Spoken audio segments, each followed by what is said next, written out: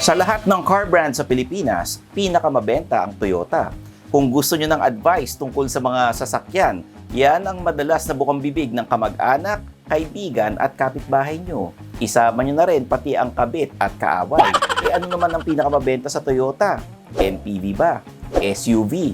Pick-up? Sa maniwala kayo o hindi?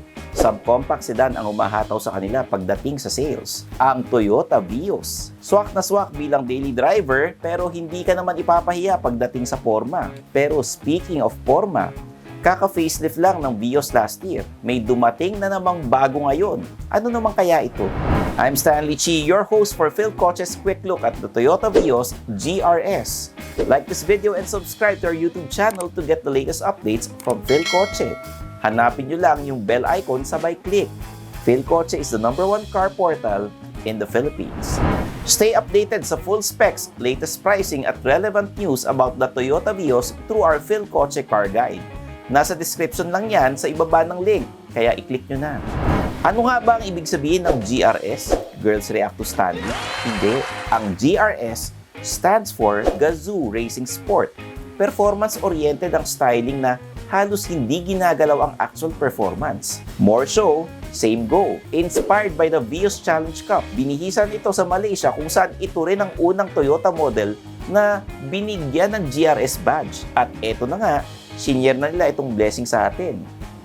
Gamit ng Vios GRS ang platform ng regular Vios. Mas naiba lang ang exterior. Mas agresibo ang front end, mala GR Yaris ang grille na may honeycomb mesh with side intake vents kasama ng fog lamp sa gilid.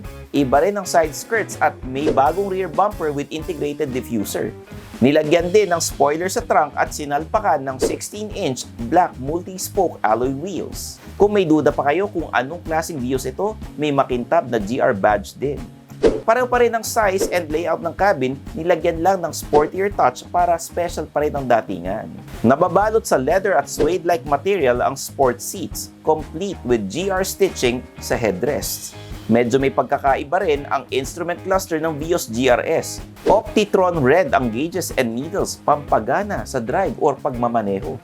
GR logos pa more sa carpet at sa engine start button. 7 inches pa rin ang touchscreen head unit with USB, auxiliary input at Bluetooth. Apple CarPlay and Android Auto, standard na rin mula pa sa XE trim level pataas. Under the hood, pareho pa rin ang makina ng Vios GRS sa standard model. Isang 1.5-liter gasoline engine with dual VVTi, good for 106 horsepower and 140 Nm of torque. Ang naiba, yung continuously variable transmission niya, now with 10 simulated speeds na pwede nyong kalikutin sa sport mode. May paddle shifters na rin sa manibela, kaya enjoy na naman ang fingers nyo while getting improved engine response. Ang McPherson front and torsion beam suspension, sports tuned na rin para mas kapit sa kurba at mas komportable kapag takbong chubby.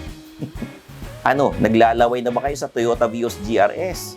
1,020,000 pesos lang naman ang starting price at ang kapalit, mas maangas na version ng tinaguriang King of Subcompact Sedan sa Pilipinas. Take note ha, updated na rin ang pricing for the rest of the Vios line.